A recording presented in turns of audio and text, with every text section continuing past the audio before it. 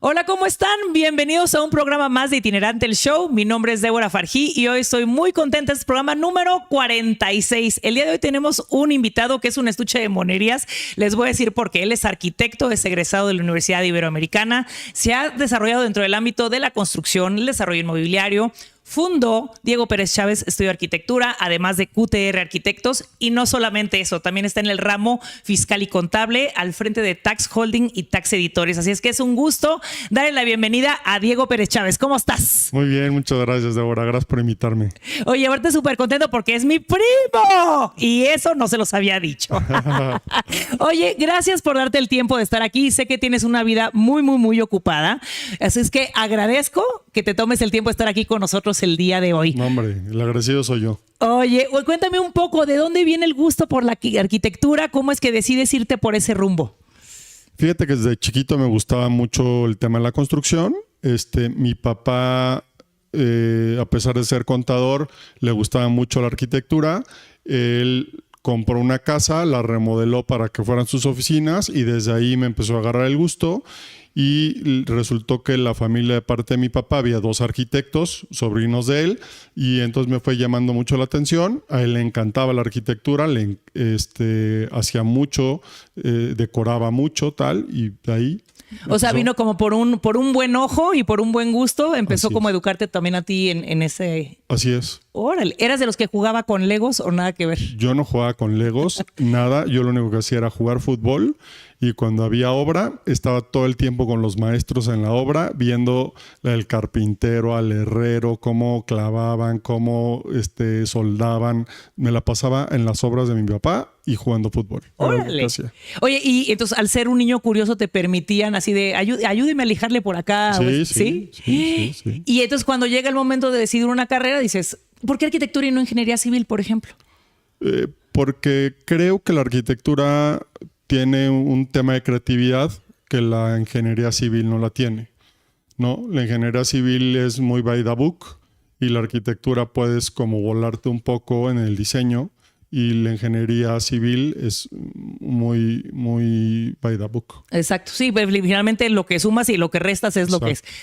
Oye, y bueno, y eso ligado a lo que haces ahora el día de hoy enfrente, cuéntanos un poquito también de cómo empiezas con Tax Holding y cómo ligar esto que dices que es más libertad, más diseño, con algo fiscal y contable que ahí sí tiene que ser by the book. Sí, fíjate que sí. Empiezo con Tax Holding porque muere mi papá y al morirse mi papá tengo que hacerme cargo de la empresa y al hacerme cargo de la empresa pues tengo que reestructurarla porque mi papá está enfermo. Entonces al estar enfermo olvidó un poco la empresa. Entonces tengo que regresar, reestructurar un poco el tema. Creo Tax Holding para que sea la mamá de todas las empresas que había creado mi papá, de Tax Editores, Tax Capacita, varias empresas que están abajo. Pues no me quedó otra más que agarrar el toro por los cuernos, hacerlo y sí tener que ser muy disciplinado en lo que había aprendido dentro de mis empresas de construcción y tal, la cosa administrativa y meterme mucho a esto. Me costó un año verdaderamente meterme con cada uno de los trabajadores, a sentarme, entender qué era lo que hacían, por qué lo hacían, etcétera, etcétera, etcétera. Y hacemos libros fiscales y capacitación fiscal. Ok. Oye, pues mira, déjame te cuento. En este programa también hablamos un poco de coctelería y en lo que yo preparo un mocktail, el día de hoy, muchachos, traigo un mocktail basado en los gustos de Diego. Quiero que me cuentes en este recorrido, tanto en la arquitectura como ahora ya en la parte de la edición y la impresión y en todo lo que estás, ¿cuál ha sido, por un lado, uno de los retos más grandes que has enfrentado, pero también ¿qué habilidad tuya te ha permitido superarlos en lo que yo voy preparando el drink? ¿Sale? Adelante. Yo creo que el hacer el aeropuerto de la Ciudad de México, la Terminal 2, yo creo que fue mi reto más grande. Lo hice a los 27 años. Pues todos los demás eran personas mucho más grandes que yo. Yo era de los más jóvenes, compitiendo con empresas de nivel de México a nivel mundial muy grandes. Fue un reto muy fuerte. yo tenía 200 y tantos trabajadores semanalmente. Yo hice la parte eléctrica, la Terminal 2 del aeropuerto de la Ciudad de México. ¿Y qué me sacó adelante? Fíjate que una de las cosas que yo le agradezco a mi papá es que me enseñó a nunca darme por vencido. Entonces soy muy perseverante y no me dejo y voy a poder y voy a poder y voy a poder. Y esa lucha me ha ayudado en la vida. Muchas gracias. Me ha ayudado en la vida y con mi mujer me ayudó a convencerla, imagínate. Te llevó al matrimonio. Así es. Oli, la perseverancia. Y qué bueno que lo mencionas, porque lo que hacemos, bueno, en esta sección del programa es ligar algunas características de la bebida, de tu bebida favorita, con esas, pues sí, habilidades o características de tu persona o de tu profesión que te hacen tener éxito en lo que haces. Entonces, quiero que me digas, ya me queda claro que la perseverancia es una, pero, bueno, primero vamos a decir salud. Tú puedes elegir con agua o con mocktail. Salud. Listo, salud, muchachos, buenos días. A ver si logras identificar qué es y te digo en qué está basado. ¿Moras? ¿Tendrá? ¿Te sabe a moras? No tiene, pero tú dime. Me sabe un poco a moras. Ajá. Un poco de café, podrá ser que tenga. Y algo de vainilla. Ok, pues bien, moras, café y vainilla, pues no. Es Jamaica, romero y limón. ¿Y en qué está basado? Tú me decías, bueno, dime cuáles son tus bebidas favoritas. ¿Alcohólicas? Alcohólicas. Bebidas alcohólicas, mezcal, Ajá. tequila, vino tinto. Esas son mis 3 bebidas. Exacto. Bueno, con base en eso, yo tengo un asistente que me ayuda muchísimo cuando no quiero pensar, que es el ChatGPT, o cuando de plano ya mi cabeza no me da para más. Y entonces entre el ChatGPT y yo dijimos, a ver, si estas son sus bebidas favoritas, ¿cuáles pueden ser los toques que se asemejen en un mocktail, ¿no? Y es por eso que optamos por, me daba la opción de un té. Entonces lo que decidí hacer es una infusión de romero, puedo infusionar también la jamaica y agregarle un toque de cítrico y voilà, tienes tu mocktail. Te quedó muy bueno. Basado en tu personalidad. Te quedó muy bueno. Y bueno, ¿y qué características nos arroja lo que hicimos el ChatGPT y yo entender qué características se asemejan a tu persona? Tú me dirás si sí o si no, basados en este drink. La primera característica que me arroja es que tienes estructura y balance. ¿Qué tal? Completamente aplica? Cierto. ¿Sí? Sí. ¿En qué aplica? ¿Tanto en lo que haces como en tu personalidad? Sí, en las dos cosas. Soy muy estructurado y soy muy balanceado en mis decisiones y en mis cosas de ser. Oye, y curioso porque yo digo, como te conozco como una persona muy, muy social, normalmente como que la gente que es muy sociable, nunca te imaginarías que tiene mucha estructura detrás. En tu caso, ¿cómo combinas ambas partes? Sé separar muy bien la parte de fiesta con la parte personal, laboral. Okay. Lo separo muy bien. Ok, entonces le dimos bien al clavo, ChatGPT. La segunda, visión. Sí, soy muy visionario y eso me ha ayudado y me ha perjudicado en algunas decisiones, pero sí me gusta tener mucha visión a futuro en muchas cosas. Oye, relacionado con eso, con la visión, ¿qué tanto crees que ha cambiado tu mentalidad de cuando comenzaste en el mundo de la arquitectura a ahora que 20 años después, 25 años después? Híjole, muchísimo. O sea, para mí al principio mi visión era tener un despacho de 60 personas, en esos 30 dibujantes, directores de proyecto, directores de construcción, etcétera, etcétera. Y ahora mi visión cambió completamente y se volvió más como el ser yo la marca.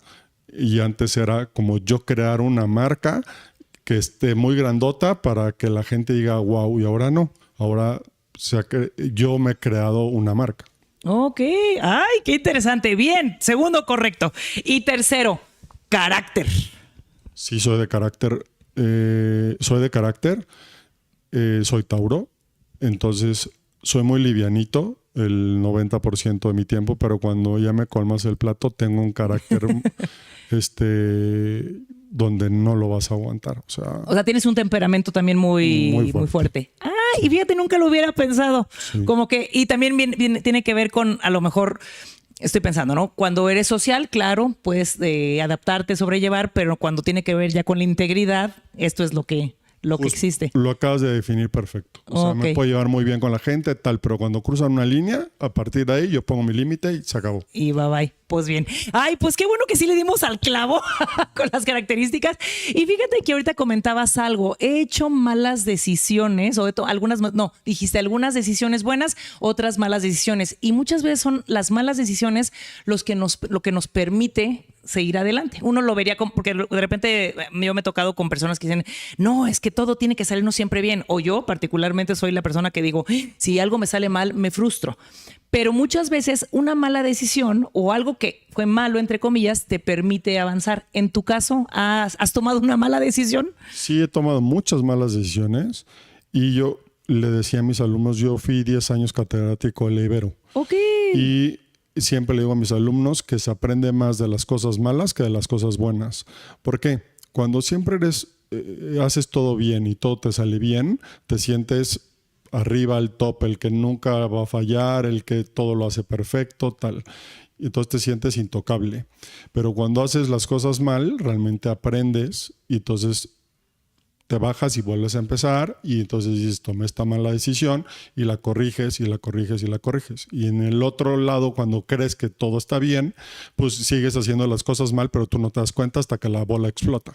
Claro, sí es cierto. Y fíjate que no conocía esa faceta tuya como profesor, pero qué interesante que la mencionas porque, final de cuentas, pues sí, uno es ejemplo para alguien, en este caso, bueno, no solamente para tus alumnos, para tus hijos incluso, pero tú has tenido algún mentor, alguna figura que dices y que te gustaría, a lo mejor, si tuvieras que elegir con quién tomarte una copita, ¿quién sería? Újule, personalmente con mi papá y profesionalmente me encantaría estar con Enrique Norten. Me gustaría tomarme una copa y con Kalach. ¿Y qué les preguntarías? Si tuvieras solamente una pregunta para hacerles, ¿qué les preguntarías? ¿Te lo has planteado o has imaginado esta reunión? ¿Cómo lograste estar en donde estás? ¿Cómo lograste ser quien eres a esta edad? Okay. Porque normalmente los arquitectos famosos se hacen a muy larga edad, o sea, ya cuando tienen 60, 50 y tantos. O sea, un arquitecto famoso le cuesta hacerse famoso a muy corta edad. Normalmente es a futuro. Okay. ¿No? Y ellos han sido muy exitosos y me gustaría saber dónde estuvo su... Porque finalmente para llegar a ese punto, pues tuvo que ser todo el trabajo intermedio que a lo mejor no se ve, ¿no? Hasta que sale a la luz, pero que yo creo que a final de cuentas es algo de lo que tú has venido recorriendo. Al día de hoy, ahorita decías, yo soñaba con un despacho y con muchos dibujantes. ¿Cuántas personas están a tu cargo tanto en la parte de tax como en la parte de los estudios?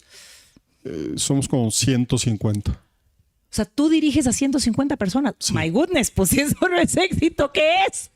¿Qué retos encuentras para dirigir a tantas personas? Híjole, pues son retos de todo tipo, color y sabor, ¿no? O sea, desde convencerlos que el proyecto que estás haciendo es el correcto, que la gente esté contenta trabajando, que hagan las cosas como se debe de hacer, que esté en tiempo y en forma las cosas, que no te roben, pues muchas cosas, ¿no? Implica infinidad de cosas, pero sobre todo yo creo que le tengan cariño a la marca donde trabajan. Okay. Que yo creo que eso es importante. Como sentido de pertenencia, ¿no? Sí. Oye, y también supongo que uno de los retos es, obviamente tienes diferentes tipos de liderazgo, más bien diferentes niveles de liderazgo, pues porque obviamente difícilmente puedes controlar a 150, sino a través de diferentes pues encargados de área o lo que sea. ¿Cómo te das cuenta si tu visión que impregnas a la gente que está más directamente bajo tu mando traspasa y llega hasta las partes pues inferiores de... Le acabas de pegar justo al clavo de lo que yo hago. A pesar de ser 150, yo me siento con 150 personas por lo menos una vez al mes. O sea, yo con todos tengo trato. Okay. O sea, puede ser que de repente llegue y agarro el de limpieza y lo siento y platico con él. Le digo, oye, ¿cómo ves esto? ¿Qué ha pasado? ¿Por qué está mal esto? ¿Por qué está mal el otro? ¿Qué ves allá abajo? ¿O por qué ves que no funciona tal? Con todos me siento. Sea el barrendero o sea el director de operaciones o el director de almacén o el de producción o el de edición o el de área técnica o el de proyectos, pero así a cualquier dibujante, sea estudiante, me siento con él y le digo, a ver, vente a la oficina y vemos y le digo, a ver qué está pasando. Oye, eso está buenísimo. ¿Y eso te lo enseñó alguien o la misma experiencia? Porque no todo el mundo hace eso. No. Muy poca gente. Muy poca gente, exactamente. Muy poca gente. Y eso creo que por lo menos a la gente de la edad de mi papá era intocable mi papá. O sea, mi papá llegaba a la oficina, se metió a su oficina para que pudieran verlo. Era así, wow, 1 en 1,000,000. Hoy mi oficina entra todo mundo. O sea, hay filas. O sea, dicen que parece carne y salchichonería porque todo el mundo quiere ver cosas conmigo. Pero creo que es la única manera de hacer sentir que la gente forma parte de la empresa y que le estás dando su espacio, ¿no? O sea, hay gente que tiene problemas, hay gente que tiene un problema de poder solucionar para poder vender, o hay gente que no tiene cómo...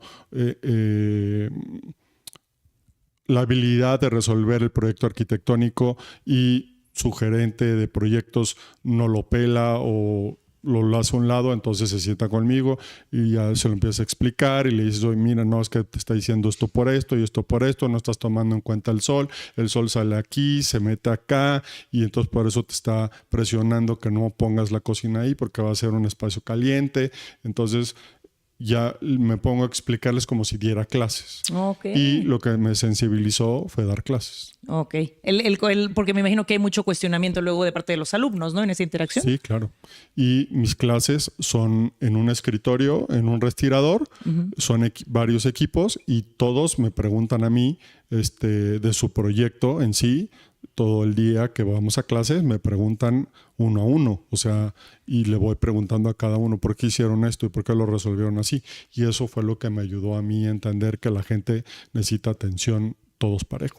Exacto. Oye, y ahí te va. ¿Y liderar a tus hijos? ¿Cuál es el reto?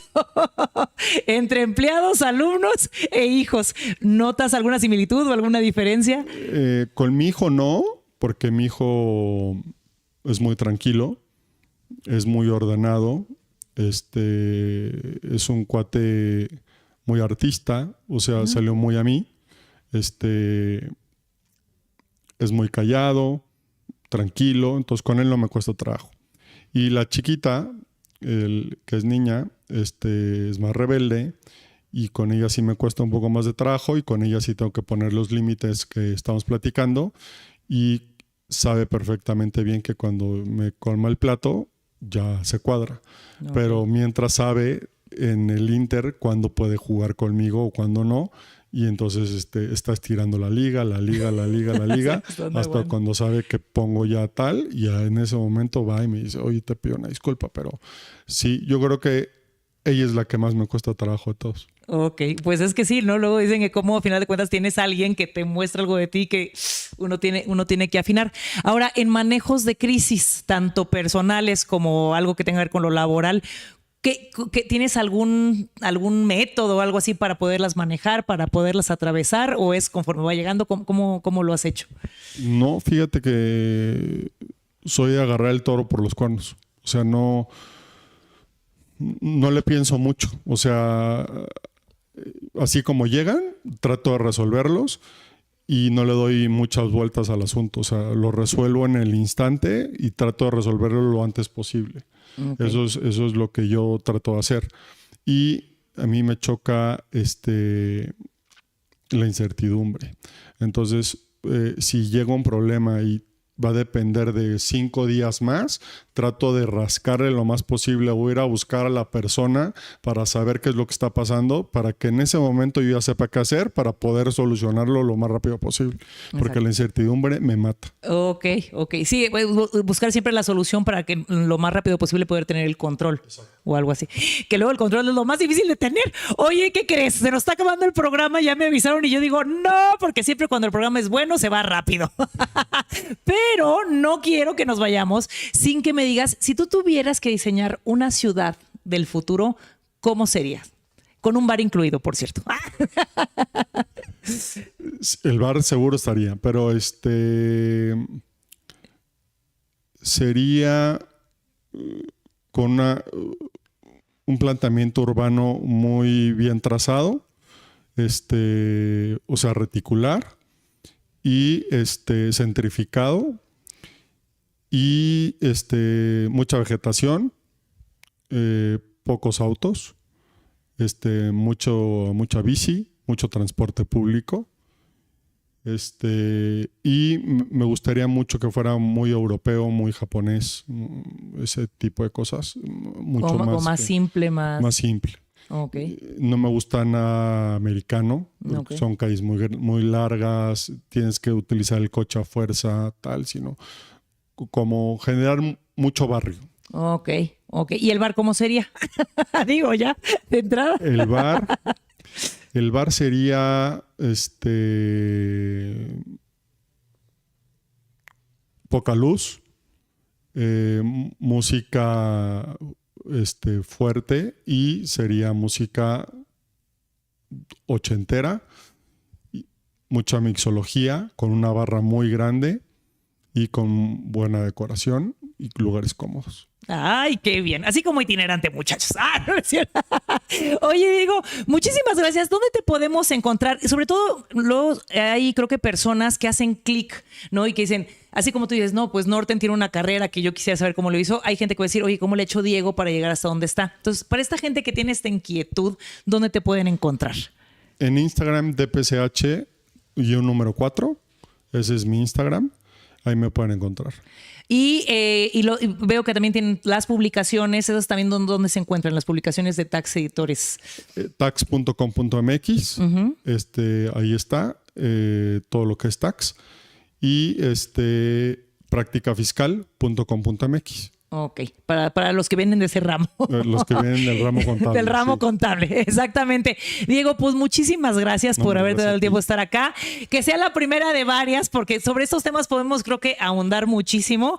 Y me ha dado un gusto volverte a encontrar en esta época. No, el gusto es mío. Muchas gracias. No, pues la verdad es que un placer, muchachos. Esta mañana de mixología la pasamos a gusto con un coctelito entre el frío, porque estamos aquí en Ciudad de México con un poco de lluvia. Pero nos estamos viendo el próximo jueves en punto de las 8:30 de la mañana. Que tengan un excelente día. Bye, bye.